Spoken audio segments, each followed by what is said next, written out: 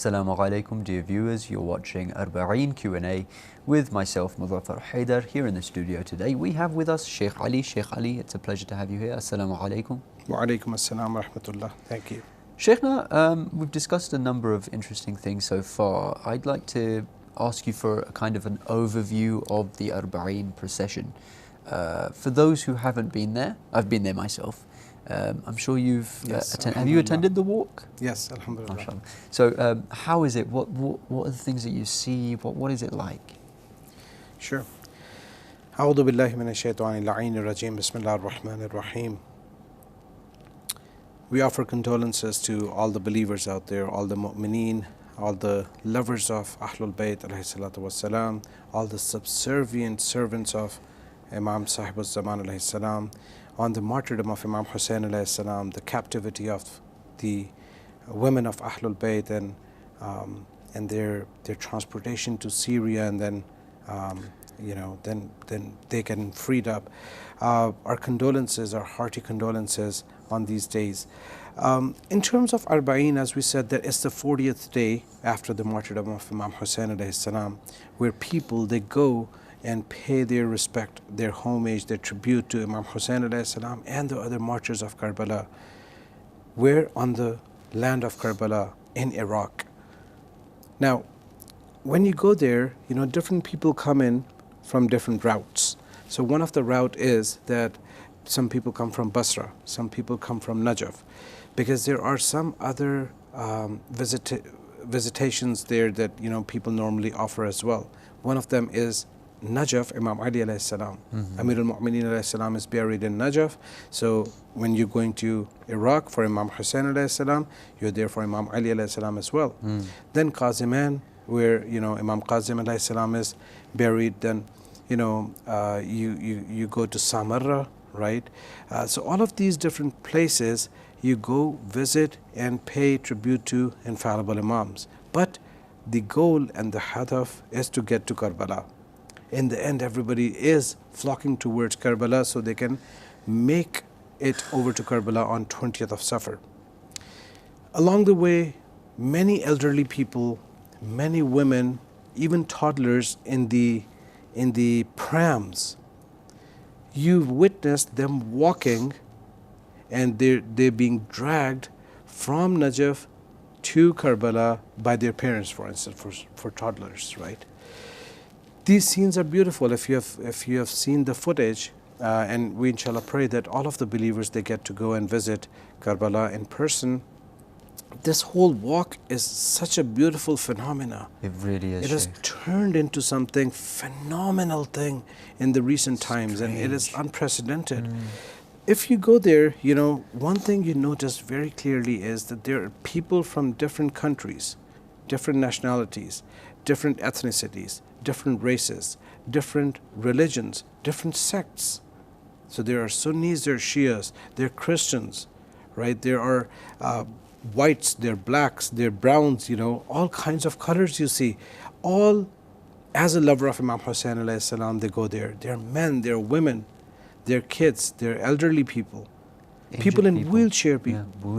It's amazing, how even people in wheelchair, they're dragging themselves towards Karbala on this path from Najaf to Karbala, which is altogether 80 kilometers. That walk is approximately 80 kilometers, which comes out to be, I believe, around 50 miles, right?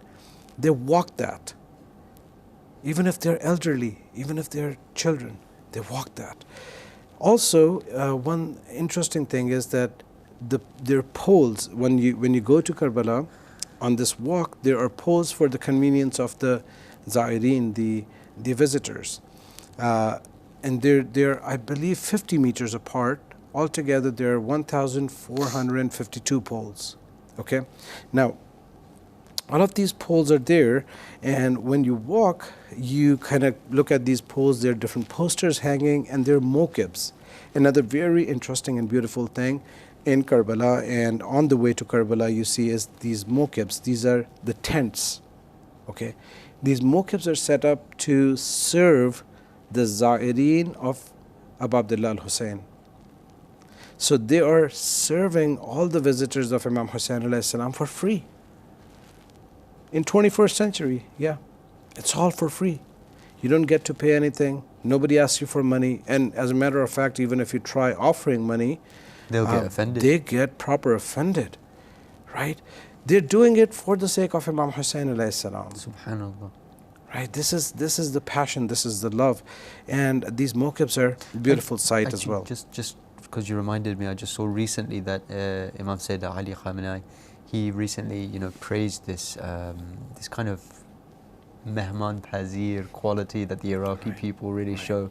Right. How would you translate that? The hospitality. Hospitality Yes. of the Iraqi people. Yes. It's something very strange. True that. There are actually statements that I can share with you from the leader of the Muslim Ummah, Imam Sayyid Ali Khamenei, where he praised the Iraqi people and he encouraged them to keep doing it, and he thanked them and he praised them for being so hospitable that they are welcoming all the guests from all over the world, offering them food. Oh, one beautiful scene is they open up the doors of their houses. I've seen it. I've experienced it. It's like, who does that, right? Who are you? For Why strangers. are you giving me food? Exactly. Why are you letting me into your house? I could rob you. You don't know who I am. But Exactly. they treat you like you're... They treat you like you're Muslim Ibn Aqil. And if you see, this is how Islam expects us to treat other believers. Islam expects us to Allah. open up our doors for them, trust them, right? But we do see, these feelings and these sentiments on Arba'een and around Karbala area. So, Sheikhna, before you give us some of those invaluable statements of the leader, we're just going to go to a quick break, inshallah. How can we forget Zainab? Zainab, how can we forget? Like her pain no one's got, and no one will ever give. We should have learned from Zainab. We should have learned from Zainab. We should have learned from Zainab. We should have learned from Zainab. She went through so much grief, like it nothing is compared. How can I say that others would be living scared? Scared they will be when they stand, shaking with the guilt they share, sharing every piece of guilt that's from the Lord is set. We should have learned from Zainab. We should have learned from Zainab. We should have learned from Zainab. We should have learned from Zainab. Learn from Zainab and you will know how you can sacrificing for Allah is the only thing that's wise you will be with no doubt. When your soul to God will rise, rising from the 6 feet down, saved we hope by heaven's net. We should have learned from Zainab. We should have learned from Zainab. We should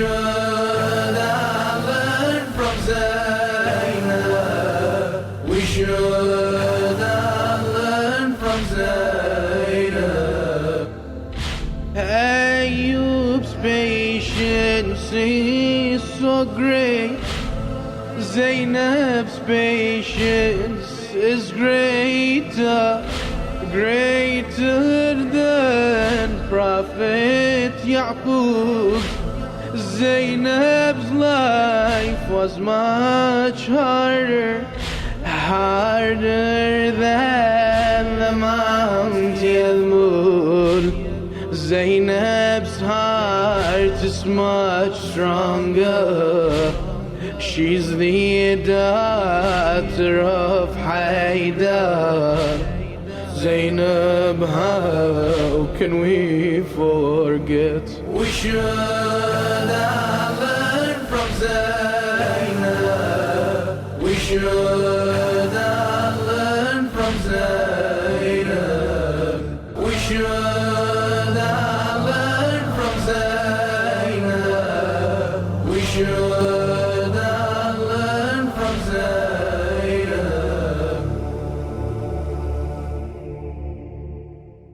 Dear viewers, welcome back.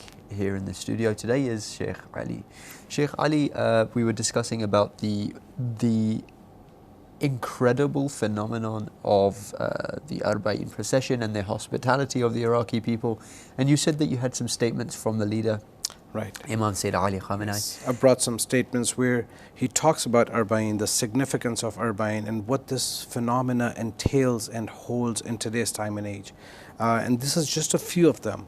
I've got a lot more of these, which I think all the viewers should study and read and contemplate and think about, because this is how you understand what something means in today's time and age, right? You can treat Karbala as a historic event and you go there for reward. Fine, you get it. Inshallah, Allah will reward you for visiting. But it had a lot more to offer to you, and you missed out on that. Why? Because you were not paying attention to these details. So for instance, Imam Khamenei, he says, these days are the days close to Arba'een. A unique and unprecedented phenomena has taken place in recent years. Walk between Najaf and Karbala. This movement is the movement of Ishq and Iman. Ishq is deep love, true deep love. Iman is faith, deep faith, true deep faith.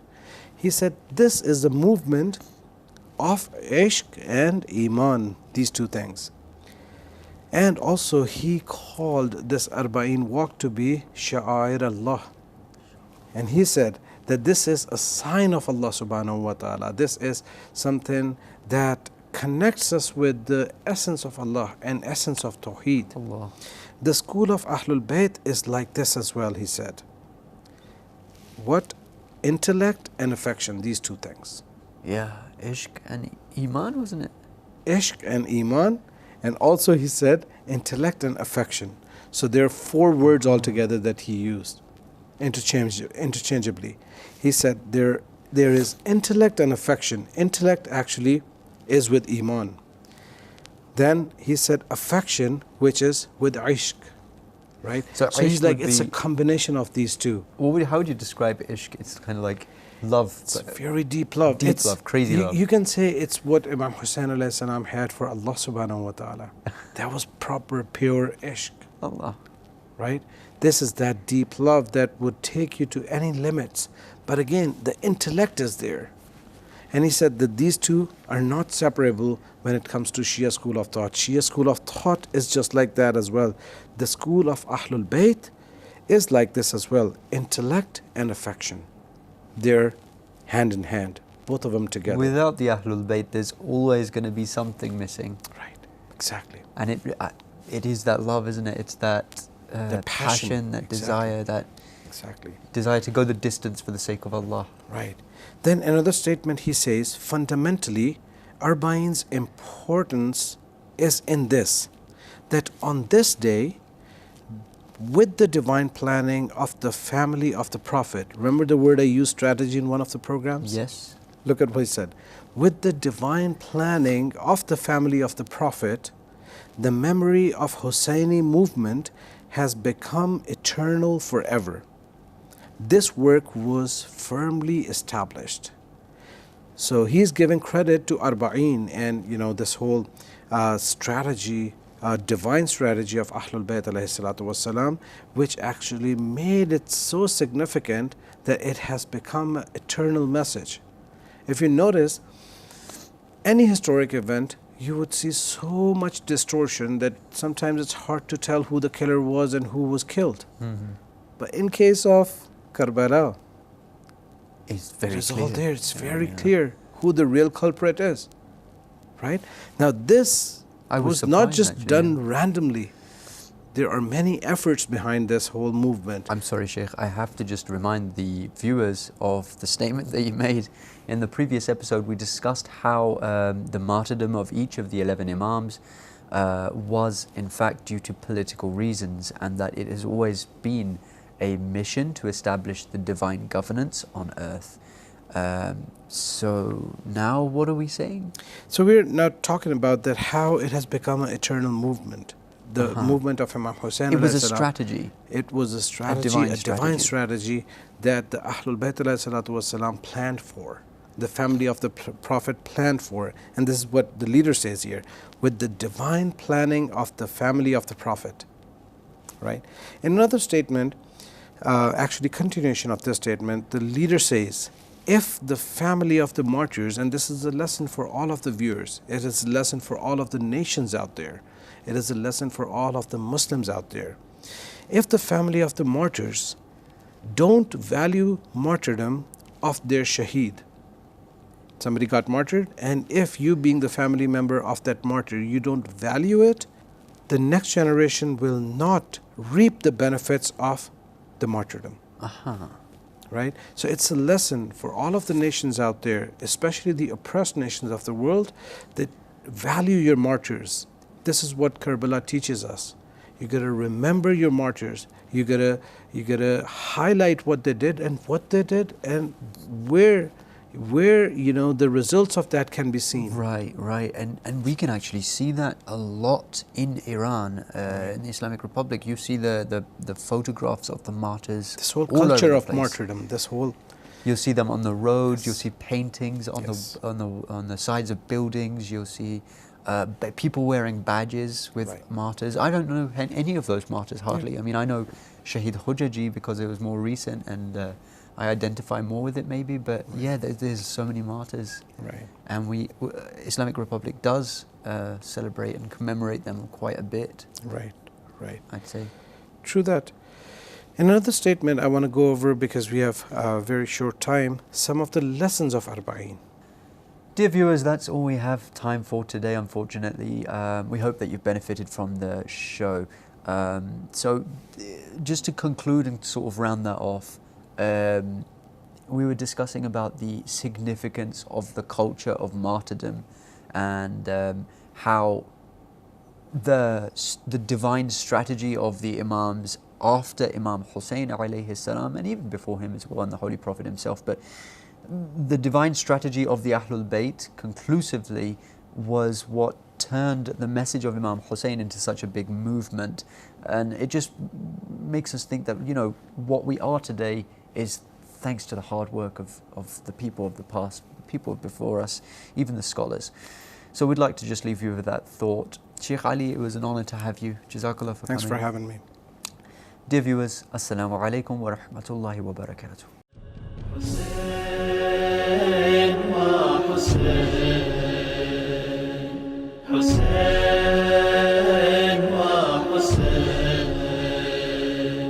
حسين